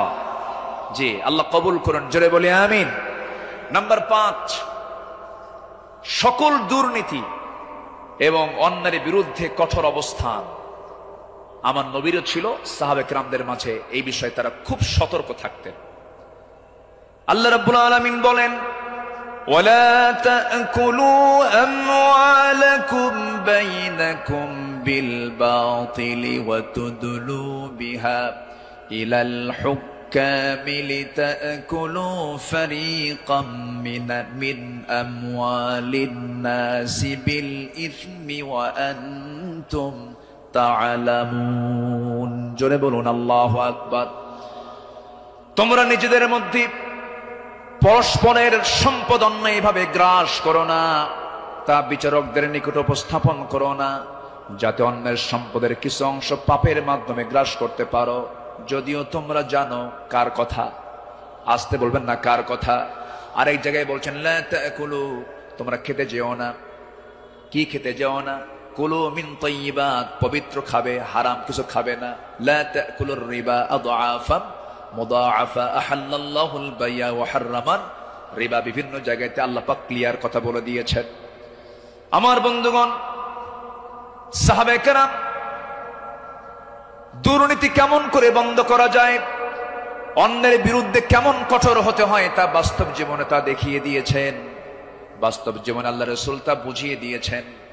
বিচার কেমনে করতে হয়, বিচারের রায় কেমনে নামাতে হয়, তাও রাসূল শিখিয়ে দিয়েছেন। বিচার কি সবার জন্য সমান না সমান? আইন সবার জন্য, আইন সবার জন্য সমান। আমার নবীজি বসে আছেন, একটা বিচার আসলো। এক সম্ভ্রান্ত পরিবারের মহিলা কন্যা সন্তান চুরি করে ধরা পড়েছে। রাসূল বললেন, কোনো কথা নাই, হাত কাটো, হাত কেটে ফেলো। রাসূল অর্ডার দিলেন। আমার নবীর উপরে কথা বলার কোনো সাহস কারো নাই।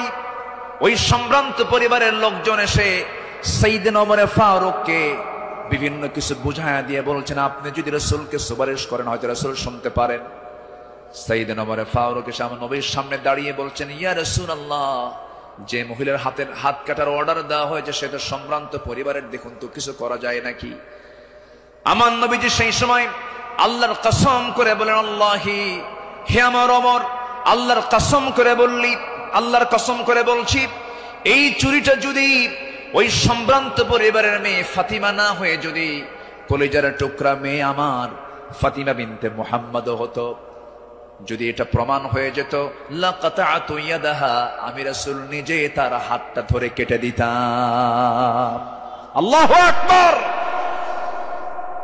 দুর্নীতির কোনো সুযোগ সেই সমাজে ছিল না, কারণ যারা বিচার করেছেন তারা ছিলেন হলো সৎ বিচারক। আমরা সৎ শাসক, সৎ বিচারক দেখতে চাই। আর সৎ শাসক এবং সৎ বিচারক সৃষ্টি তখনই হতে পারে যারা কোরআন সমাজে চায়। যারা সমাজে কি চায়? কোরআন চায়। সাইয়েদনা ওমর ফারুক রাদিয়াল্লাহু তাআলা আনহু, যে সময় তিনি খলিফাতুল মুসলিমিন, ইরাকের গভর্নর ছিলেন হলো আবু মুসা আশআরী রাদিয়াল্লাহু তাআলা আনহু। তিনি করলেন কি, তিনি একদিন মদিনায় এসে সাইয়েদনা ওমর ফারুক রাদিয়াল্লাহু আনহুর জন্য এবং তার স্ত্রী আতিকা রাদিয়াল্লাহু আনহার জন্য কিছু কাপড় চোপড় উপঢৌকন স্বরূপ নিয়ে আসলেন। নিয়ে এসে তার সামনে দাঁড়িয়ে বলছেন, আমিরুল মুমিনিন, আপনার জন্য এই যে আপনার জন্য কিছু কাপড় উপঢৌকন নিয়ে এসেছি। তিনি মুস্কি হাসি মারলেন। মুস্কি হাসি মেরে বললেন, আমার গভর্নর আবু মুসা আশআরী, তুমি আমার জন্য এই যে উপঢৌকন গুলো নিয়ে এসেছো, হাদিয়া নেওয়া সুন্নত, হাদিয়া দেওয়া সুন্নত, তাহাদু তাহাব্বু, ভালো কথা, এটা সাধারণ ব্যক্তিদের মাঝে হতে পারে, কিন্তু আমি শাসক, আমি যদি আজকে তোমার এই উপঢৌকন গ্রহণ করি ঘোষের পর্যায়েও যেতে পারে, আমি এটা গ্রহণ করব না। আল্লাহু আকবার বলেন। তিনি না গ্রহণ করে তার হাদিয়াটাকে, উপঢৌকনটাকে তিনি ফেরত দিয়েছেন। শাসকের কাতারে থেকে এমন উপঢৌকন নাও আমি জায়েজ মনে করি না, বললেন ওমর ফারুক রাদিয়াল্লাহু তাআলা। আল্লাহু আকবার। সম্মানিত ভাইয়েরা, সম্মানিত বন্ধুগণ, নাম্বার 6 হলো নির্ভীকতা এবং মহান আল্লাহর উপরে দৃঢ় তাওয়াক্কুল করা। এটা ছিল আমার নবী এবং সাহাবে কেরামদের সারা জীবনের আমল ছিল। জীবনে তারা চুল পরিমাণ কোনো ভয় পান নাই। আমরা কি ভয় করব কাউকে? কাকে ভয় করব? আল্লাহ ছাড়া কাউকে ভয় করা জায়েজ আছে? আল্লাহকে ছাড়া কাউকে ভয় করা কি জায়েজ আছে? আমার নবীজি কোন এক যুদ্ধের ময়দানে যাবেন, একটা গাছের নিচে তিনি শুয়ে পড়লেন, বাবলা গাছ। বাবলা গাছের ডালে তরবারি রেখে তিনি বিশ্রাম নিচ্ছিলেন। হঠাৎ করে এক বেদুইন এসে আমার নবীর সেই তলোয়ারটা তার হাতে তুলে নিয়ে বলতেছে, মুহাম্মদ, আমার হাতে তোমার জীবন, আমি তোমাকে এখন হত্যা করতে পারি। এই কথা বলা মাত্রই বলতেছে, এখন তোমাকে কে বাঁচাবে? বেদুইন বলছে, তোমাকে এখন কে বাঁচাবে মুহাম্মদ? আমার নবীজি বলেন, আমাকে বাঁচাবেন আমার আল্লাহ, আমাকে বাঁচাবেন আমার আল্লাহ, আমাকে বাঁচাবেন আমার আল্লাহ। তিনবার রাসূল যখন বললেন, ওই বেদুইনের হাত থেকে তরবারি থরথর থরথর করে পড়ে গেল। আমার নবীজি দৌড় মেরে গিয়ে সেই তরবারি হাতে নিয়ে বললেন, বেদুইন, এখন তোমাকে বাঁচাবে কে? আমি তো আল্লাহর কাছে আশ্রয় নিয়েছি, আল্লাহ আমাকে বাঁচাবে, এখন তোমাকে কে বাঁচাবে? বেদুইন তার চোখের পানি আটকাতে না পেরে আমার নবীর সামনে দাঁড়িয়ে বলছে, আপনি সত্যি আল্লাহ রাসূল, আপনি আমাকে পড়িয়ে দেন লা ইলাহা ইল্লাল্লাহ, ফাইদা আযামতা ফাতাওয়াক্কাল আলাল্লাহ ওয়া কাফা বিল্লাহি ওয়াকিলা, ইন্নাল্লাহা ইউহিব্বুল মুতাওয়াক্কিলিন ওয়া মান ইয়াতাওয়াক্কাল আলাল্লাহ ফাহুয়া হাসবুহ। যে ব্যক্তি আল্লাহর প্রতি তাওয়াক্কুল করবে, আল্লাহ তার জন্য যথেষ্ট হয়ে যান। আমাদের ভরসা রাশিয়া নয়, আমেরিকা নয়, ইন্ডিয়া নয়, চায়না নয়, আমাদের কারো প্রতি ভরসা করার দরকার না। আমাদের ভরসা কে? আসতে বলবেন না, তিনি কে? আমাদেরকে বাঁচাবেন তিনি, যার হাতে আমাদের প্রাণ, তিনি সে আল্লাহ আমাদেরকে বাঁচাবেন। আল্লাহ কবুল করুন, জোরে বলি আমিন।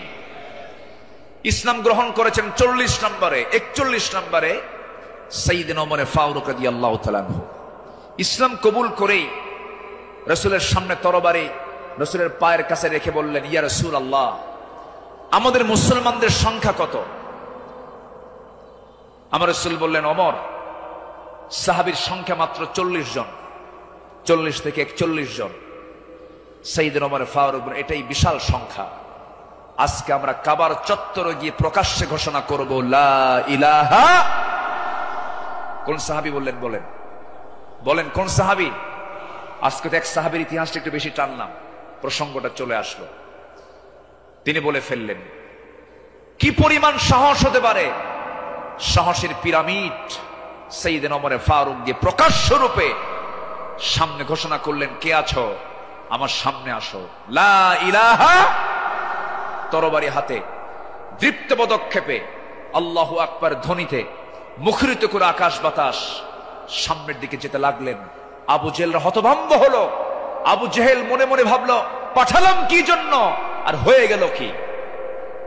সাইয়েদনা ওমর ফারুক রাদিয়াল্লাহু তাআলা এত সাহসী ছিলেন, সেই বজ্র কণ্ঠের ওমর এখনো দরকার আছে না নাই? সেই বজ্র কণ্ঠের ওমর এখনো দরকার আছে না নাই?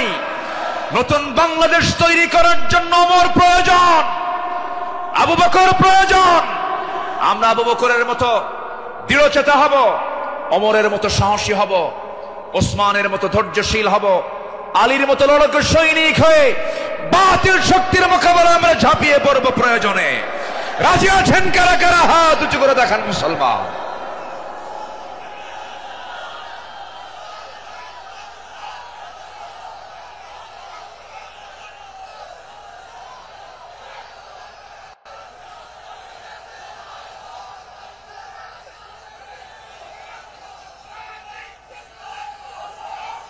আল্লাহ কবুল করুন, জোরে বলে আমিন, আরো জোরে আমিন। আল্লামা ইকবাল এই জন্য সাহাবাদের ভূমিকা বর্ণনা করে বর্তমান সময়ের মুসলিমদের দুরবস্থা নিয়ে আফসোস করে তিনি একটা লাইন বলেছেন। তিনি কি বলেছেন? সফহাওয়ার সে বাতিল কো মিটায়া কিসনে, নোয়ে ইনসা কো গোলামি সে ছড়াইয়া কিসনে, मेरे काबे को जमीनों से बचाया किसने, मेरे कुरान को सीनों से लगाया किसने, थे तू अबाओ तुम्हारे ही मगर तुम क्या हो, हद पर हद दहरे मुंतजरे फरदा हो। কবি, বিশ্বকবি আল্লামা ইকবাল তিনি বলছেন, যারা এসব অসার বাতিল দূর করেছে জগৎ হতে, ছাড়িয়েছে মানব কুলে দাস গোলামির কবল হতে, কাবা ঘরে সেজদা করার জাগলো প্রথা যাদের সাথে, বুকে কোরআন ধারণ করা শিখল জগৎ যারা হাতে, তারা তোদের পূর্বপুরুষ আর আজিকে তোমাদেরকে হে ইন্তেজারি করছে বসে হাতের উপর হাতটি রেখে। আফসোস করে তিনি বলছেন, সাহাবীরা কি করে গেলেন আর তোমরা কি করছো?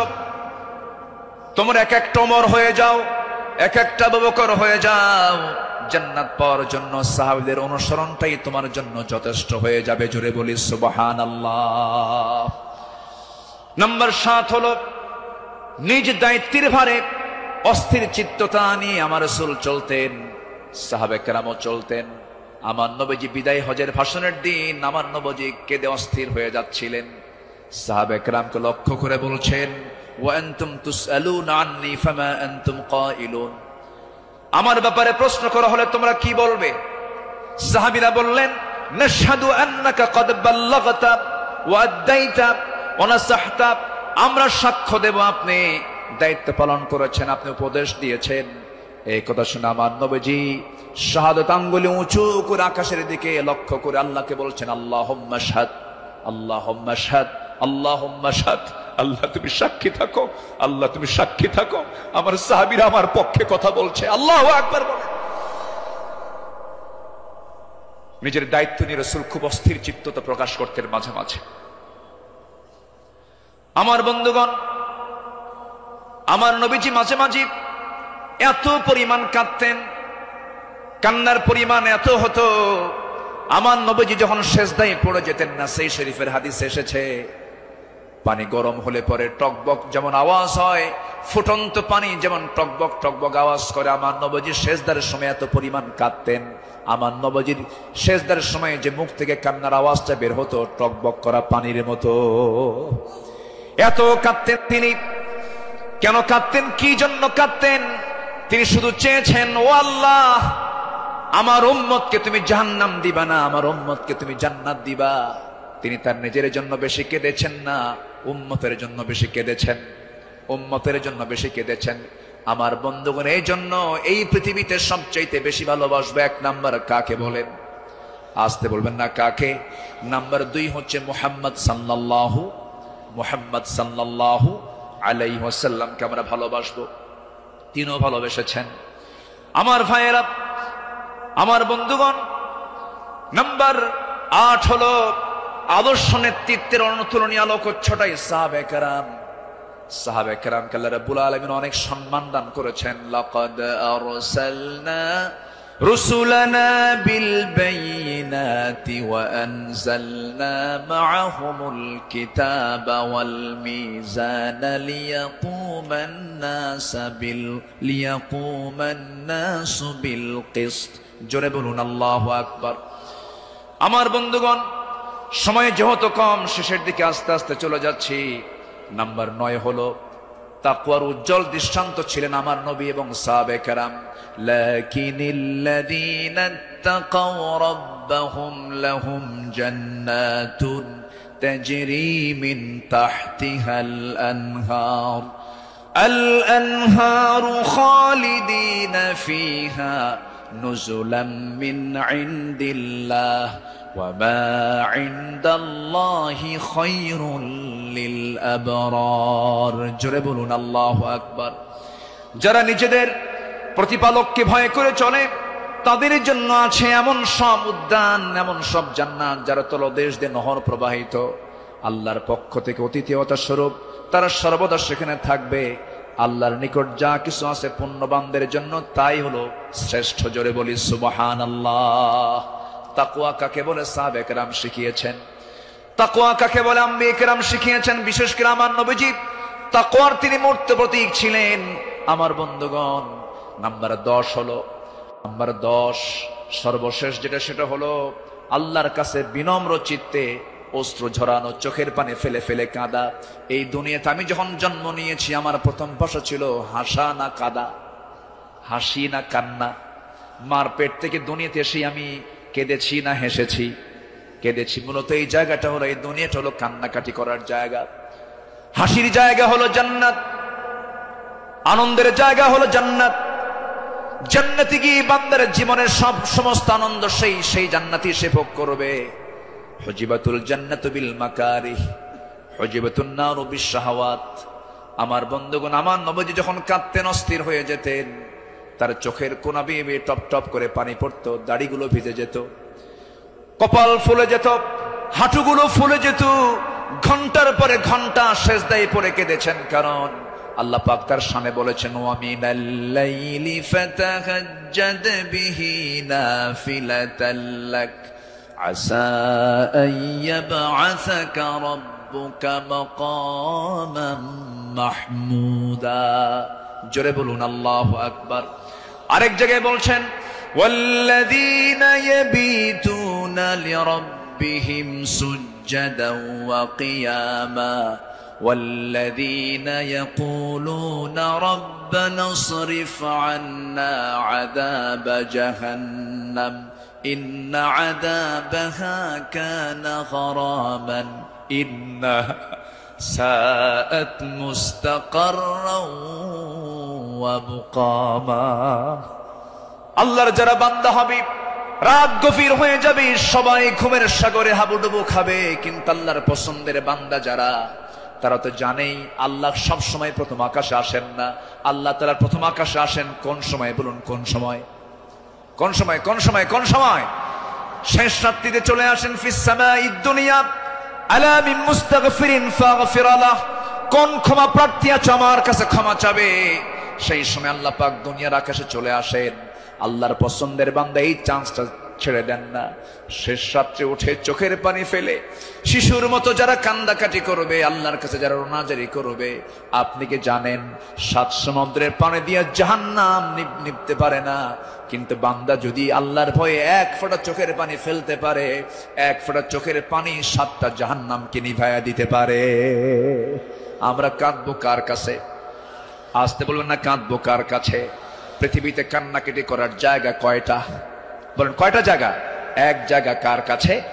আল্লাহর কাছে আমরা চোখের পানি ফেলে ফেলে কাঁদবো, আল্লাহর কাছে আমরা রোনাজারি করব। পৃথিবীর মানুষের কাছে কাঁদবেন, কেউ বলবো ফিরাতে এমনি কান্দে, কোন একটা লক্ষ্য আছে, মতলব খারাপ। কত কি বলবে। স্বামী তার বউয়ের কাছে কাঁদবে, বউ তার স্বামীর কাছে কাঁদবে, ছেলে বাবার কাছে কাঁদবে, বাবা ছেলের কাছে কাঁদবে, সেখানে কিছু স্বার্থ থাকতে পারে। কিন্তু বান্দা যদি শুধুমাত্র আল্লাহর জন্য কাঁদতে পারে, আল্লাহ রাব্বুল আলামিন তার বান্দার সেই কান্নার পরিপূর্ণ জাযা, পরিপূর্ণ পুরস্কার সেই বান্দার হাতে তুলে দিবেন। এই জন্য আমরা চোখের পানি খরচ করব। কার জন্য? আসতে বলবো না, কার জন্য আমরা খরচ করব? ইন্নাল্লাযীনা উতুল ইলমা মিন ক্বাবলিহি ওয়া ইযা ইউতলা আলাইহিম ইয়াখিরুনা লিল আযকানি সুজ্জাদা। সূরা বনী ইসরাঈল 107 নম্বর আয়াত। যাদেরকে এর পূর্বে জ্ঞান দান করা হয়েছে, তাদের সামনে যখন আবৃত্তি করা হয়, তখন তারা বিনয়ের সাথে কাঁদতে কাঁদতে ভূমিতে জমিনে তারা লুটিয়ে পড়ে। ইয়াখিরুনা লিল আযকানি সুজ্জাদা। এই জন্য আমরা কাঁদবো। চোখের পানি যদি ফেলতে চাই, একমাত্র ফেলবো আমরা কার জায়গায়? কার কাছে? বলেন কার কাছে? কার কাছে? আল্লাহর কাছে। সাইয়েদনা ওমর ফারুক রাদিয়াল্লাহু তাআলা একদিন বসে আছেন, তার পাশে এক সাহাবী বসে একটা হাদিস বর্ণনা করছিলেন। মিসকাল হাববাতিন মিন কিবার, যার মধ্যে যাররা পরিমাণ অহংকার কাজ করবে, লা ইয়াদখুলুল জান্নাহ, সে ব্যক্তি জান্নাত পাবে না। ওমর ফারুক সেই জায়গা থেকে লাফ মেরে গিয়ে জমিনে লুটিয়ে পড়লেন। গোটা শরীর তিনি ধুলায় মলিন করলেন, আর বলেন, ওমর, তোকে মানুষ খলিফা বলে, তোকে মানুষ শাসক বলে, ওমর তোর মধ্যে মনে হয় অহংকার ঢুকে গেছে, আল্লাহ তোকে মাফ করবে না। আকাশের দিকে দুটো হাত তুলে আফসোস করে বলছেন, আকাশের মালিক আল্লাহ, তুমি যদি গোটা দুনিয়ার সমস্ত মানুষকে তুমি যদি জান্নাত দিয়ে দাও, আর একজন ব্যক্তিকে যদি জাহান্নাম দিয়ে দাও, আমার মনে হয় আমি ওমর সে একজন ব্যক্তি, জাহান্নাম আমি যাব মনে হয়, আমার সে আমল নাই, আল্লাহ আমাকে মাফ করে দিও, আল্লাহ আমাকে ক্ষমা করে দিও। এরকম করে তারা আল্লাহর সামনে চোখের পানি ফেলে ফেলে কেঁদেছেন। একজন সাহাবীর কাছে মুনাফিকের তালিকা ছিল, সেই সাহাবীর কাছে মাঝে মাঝে ওমর ফারুক যেতেন, গিয়ে বলতেন, ভাই ওমর, দেখো তো মুনাফিকের তালিকার মধ্যে আমি ওমর, আমার নামটা আছে নাকি? আমার নামটা আছে নাকি? সাহাবী বলতেন, ভাই আমার আপনার নাম থাকবে কেন, আপনি তো জান্নাহ, ওমর ফিল জান্নাহ। তিনি উত্তরে বলতেন, ভাই রে আমার মন বলছে কেন যেন মনে হয় আমি কি মুনাফিকের কাতারে চলে গেলাম কিনা। কি চিন্তা তাদের মধ্যে কাজ করতো, কার ভয় কার ভয় কার ভয়? আসতে বলবেন না, কার ভয়? সবাই কি তাহাজ্জুদের নামাজ পড়তে রাজি আছেন? 5 ওয়াক্ত নামাজ পড়ার দরকার নাই, হ্যাঁ কি দরকার আছে কিনা বলেন? তাহলে 5 ওয়াক্ত নামাজও পড়বো, এবং স্পেশাল অফার, ওই সময় চোখের পানি ফেললে বান্দার কোনো দোয়া মিস হয় না, সেটা হচ্ছে কি? ওয়াল্লাযীনা ইয়াবিতুনা লিরাব্বিহিম সুজদান ওয়া কিয়ামা, যারা রাতটা কাটায় দেয় রুকুতে এবং সিজদার মধ্যে। কার কাছে? 5 ওয়াক্ত নামাজ পড়বেন কারা কারা, একটু হাত উঁচু করে দেখান তো বলি, দেখি। জোরে বলি ইয়া আল্লাহ, আরো জোরে ইয়া আল্লাহ। আমাদেরকে 5 ওয়াক্ত সালাত আদায় করার তৌফিক তুমি আল্লাহ দিয়া দাও। জোরে বলি আমিন, আরো জোরে আমিন, আরো জোরে আমিন। আসুন, যেহেতু আজকে প্রথম রজনী, আগামীকালকেও মাহফিল আছে, সবাই আসবেন কিনা? আমরা এই 5 দিন নিয়মিত মাহফিল আসবো। জোরে বলি ইনশাআল্লাহ। এই মাহফিল চট্টগ্রামবাসীর জন্য একটা বড় নিয়ামত। আল্লাহ তুমি এই মাহফিলকে কবুল করো। জোরে বলি আল্লাহুম্মা আমিন। আমরা আর সময় ক্ষেপণ করব না, যেহেতু আগামীকালকেও এখানে মাহফিল আছে, পরশু আছে, তারপরের দিন আছে। প্রত্যেক দিন নতুন নতুন মেহমান এবার সিলেকশন হয়েছে। কুল্লু জাদীদুন লাযীযুন, আসবেন, এক একটা ফুলের এক একটা ঘ্রাণ আপনারা নেবেন ইনশাআল্লাহ। আল্লাহ পাক এই মাহফিলকে কবুল করুন। এই মাহফিলের কমিটির বৃন্দের সকল খেদমতকে আল্লাহ পাক কবুল করুন। অধ্যক্ষ মোহাম্মদ তাহের সাহেব আমার বাম পাশে বসা, আল্লাহ তুমি তার সকল খেদমতকে তুমি আল্লাহ কবুল করে নাও।